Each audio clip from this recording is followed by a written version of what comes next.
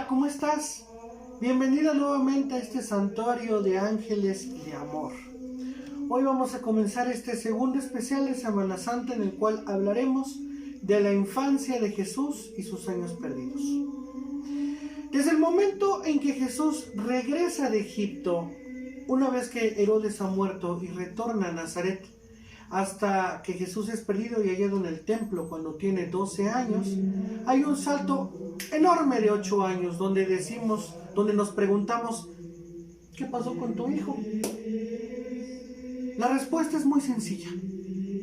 Hay un libro apócrifo, de los cuales anteriormente ya he abordado, que se llama El Libro Árabe de la Infancia de Jesús, donde nos cuenta una infinidad de historias cotidianas que se van dando en el pueblo de Nazaret.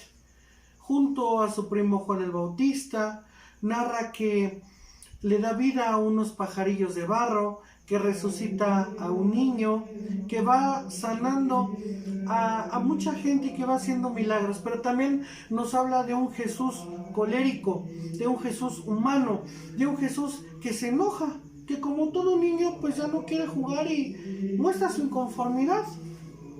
El Evangelio de Lucas entonces nos narra que cuando Jesús tenía 12 años, va con sus padres al templo de Jerusalén y va a presentar sus ofrendas como todo judío en el tiempo de la Pascua. Resulta que cuando sus padres llegan a Nazaret, que ni siquiera pueden presentar las ofrendas, no les da tiempo, se dan cuenta que Jesús no iba con ellos y al segundo día de camino se regresan, lo hallan un día después hablando entre los fariseos, entre los miembros del Sanedrín, los que unos años más tarde lo irán a ejecutar. Y aquí hay un secreto que la Biblia no nos maneja tanto, y es que Santa Ana, la abuela de Jesús, era hija de Isacar, un sacerdote. Isacar es hermano del papá de Caifás, por lo cual tanto Ana como el padre de Caifás eran primos, y Caifás y María eran de la estirpe. Si hacemos cuentas, Caifás al momento de ejecutar a Jesús, que no es tan viejo como nos lo presentan, es un hombre más o menos maduro de unos 40-50 años, era tío de Jesús. Entonces, eso ya lo hablaré más adelante, pero es un dato que no quería pasar por alto, que Jesús viene de familia de sacerdotes y Joaquín era un sacerdote menor. Digamos que ahora, en palabras coloquiales de hoy en día, Joaquín, el abuelo de Jesús, vendría siendo como un curita de pueblo. Era un sacerdote menor del templo, pero al final de cuentas era sacerdote. Pero el bisabuelo de Jesús, él sí era un sacerdote grande, que es deshonrado porque su hija Ana no queda embarazada. Bueno, cuando Jesús entonces cumple los 12 años y está entre sus parientes los sacerdotes discutiendo la ley, de ahí ya no volvemos a saber nada hasta cuando Jesús cumple los 30 y empieza su ministerio. Que de hecho los evangelios no empiezan hablando de Jesús, sino de Juan el Bautista, el que va a preceder su camino. ¿Qué pasó en esos años perdidos? Pues bien, se han encontrado escritos muy antiguos en la India y en Nepal que hubo un hombre que vino desde tierras lejanas del norte, o sea, de lo que hoy sería Palestina, a aprender y a revolucionar, que era un sanador y que era un joven, porque no era un hombre, no lo manejan como hombre, era un joven que sabía muchas cosas y lo llaman como Sanisha o Sant Isha, el maestro Isha para los budistas.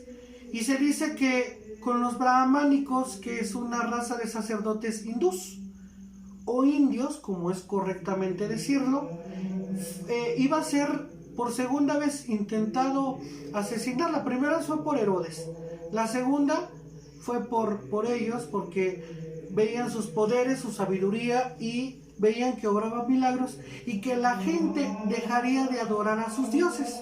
Entonces huye más hacia el norte y se encuentra con los descendientes de Ananda, que fue uno de los maestros budistas más grandes, y se dice que es donde él aprendió o perfeccionó el arte de la respiración, de la meditación. Fue donde aprendió a orar y apartarse por las noches a orar, y dicen que fue tanta su meditación y su poder de mentalización que fue lo que hizo que caminara en el mar y que multiplicara los panes y los peces, que sabemos que tiene el poder divino, pero como humano tenía unas cuantas cosas más que perfeccionar.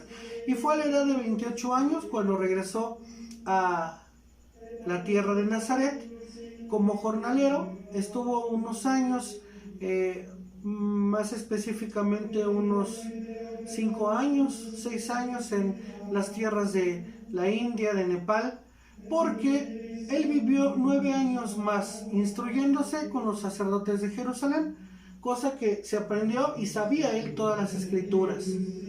Su padre adoptivo, José Barnagara, del cual les hablé, murió cuando él tenía 23 años, y fue en ese momento en el que emprendió su viaje hacia tierras sureñas asiáticas.